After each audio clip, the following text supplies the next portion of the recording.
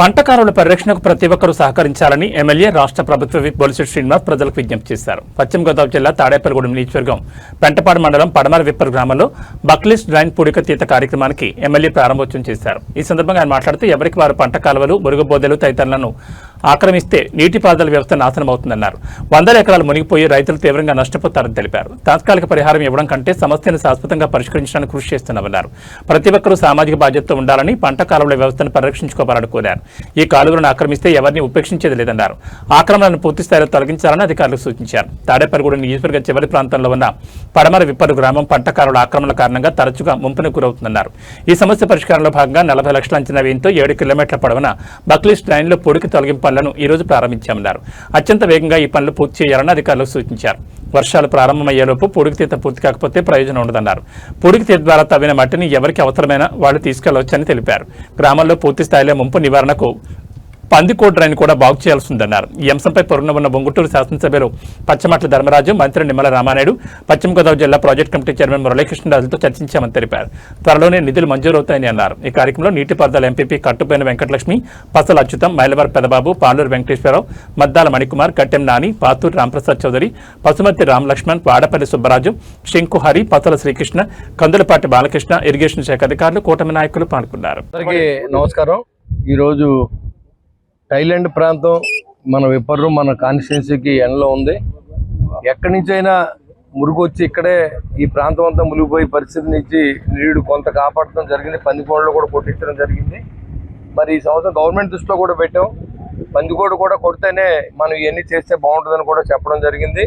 అక్కడ ఎమ్మెల్యే గారు గౌరవనీయులు పచ్చమట్ల ధర్మరాజు గారికి కూడా చెప్పి మీరు మంత్రి గారిని అడగమని చెప్పాం. అదేవిధంగా నిమ్మల రామానాయుడు గారికి, మరి మన చైర్మన్ గారికి, మన మురళీకృష్ణరాజు గారికి, మరి వాళ్ళందరినీ రిక్వెస్ట్ చేస్తే మరి బక్లీజ్ అనేది మా ప్రాంతం ఒక ఏరియా అంతా మునిగిపోతూ ఉంది. రైతుకి ఎకరం మునగకుండా చేయాలి, వాళ్ళకి నష్టపరిహారం ఇవ్వడం పరిష్కారం కాదనే ఉద్దేశంతో మనం పనిచేస్తా ఉన్నాం. ఇది ఎర్రగాలో కానీ శాశ్వతమైన పరిష్కారం చేయడానికి మనం ప్రయత్నం చేస్తా ఉన్నాం. ఈ కాలువలు దయించి ఎవరు ఆక్రమించుకున్నా అన్ని తవ్వించేస్తారు. మీరు ఏమనుకోవద్దు, మీరు సపోర్ట్ చేయండి. ఎందుకంటే కాలువలు పూర్తి చేస్తే దానివల్ల నష్టపోయేది మనమే.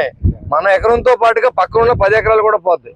కాబట్టి కాలువలు దయించి ఎవరో కూడా నేను కొట్టించేసినందుకు నన్ను తిట్టుకోండి, ఇంకోటి చేయండి, కానీ అభివృద్ధి అనేది జరిగి తీరాలి.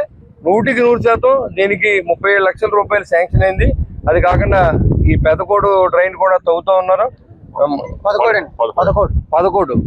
డ్రైన్ కూడా తవ్వుతూ ఉన్నారు. మొత్తం ఈ నీరు బయటికి వెళ్ళే అవకాశాన్ని మనం జాగ్రత్తగా సద్వినియోగం చేసుకోండి. గ్రామస్తులందరూ కూడా మరి మురళీకృష్ణరాజు గారు కూడా దగ్గర నుండి చేస్తారని చెప్పి మాట ఇచ్చారు. అదేవిధంగా తాడేపల్లి కాలువలో కూడా తూడు తీసే బాధ్యత ఆయనే కాంట్రాక్టర్.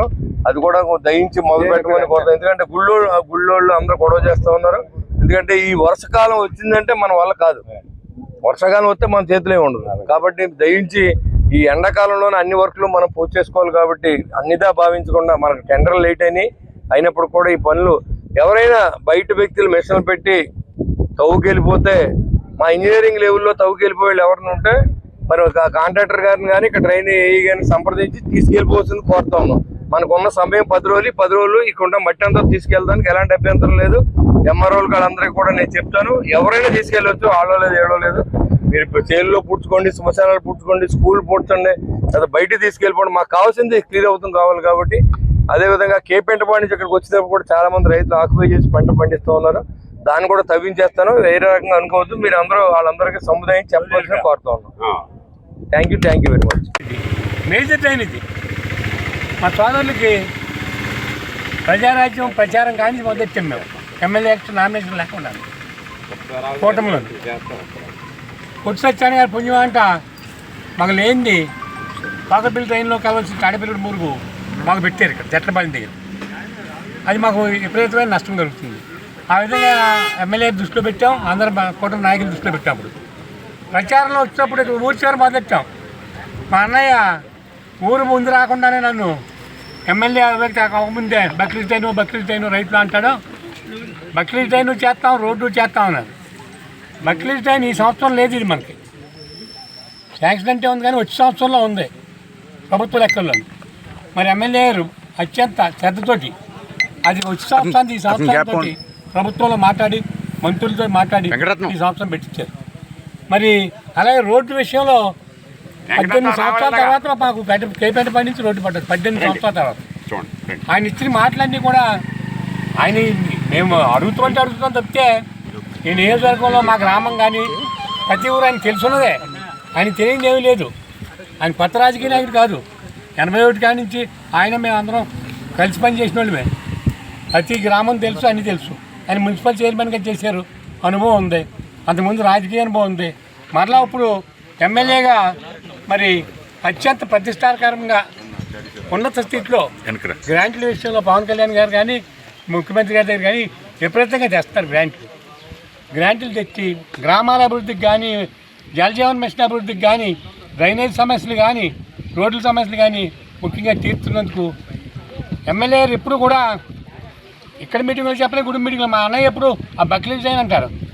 వ్యవసాయ ఆధార ప్రాంతం అంతే పడమరేపల్లి, ఓన్లీ వరి వ్యవసాయం ఎక్కువ మొత్తం అండి. కిందమ్మ కొల్లేరంతా సర్వనాశనం చేస్తారు. మీకు ధర్మరాజు గారికి చెప్తున్నాం, పెద్ద నాయకులు అక్కడేమో చెరువులు తవ్విచ్చేసి మినిస్టర్లు ఎమ్మెల్యేలు కొల్లేరుని సర్వ బస్తు పట్టించేశారు.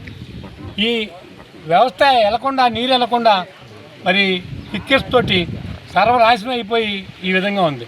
ఇదంతా వేరే చెరువులకు పనికిరాదు. ఇది కొన్ని చెరువులు తవ్వుకుంటారంటే చెరువుల ప్రాంతంగా ఇది అంతాను వరి. ఈ వరిసాయ వ్యవసాయం మాకు డెల్టాలోను పడవ విప్పారు.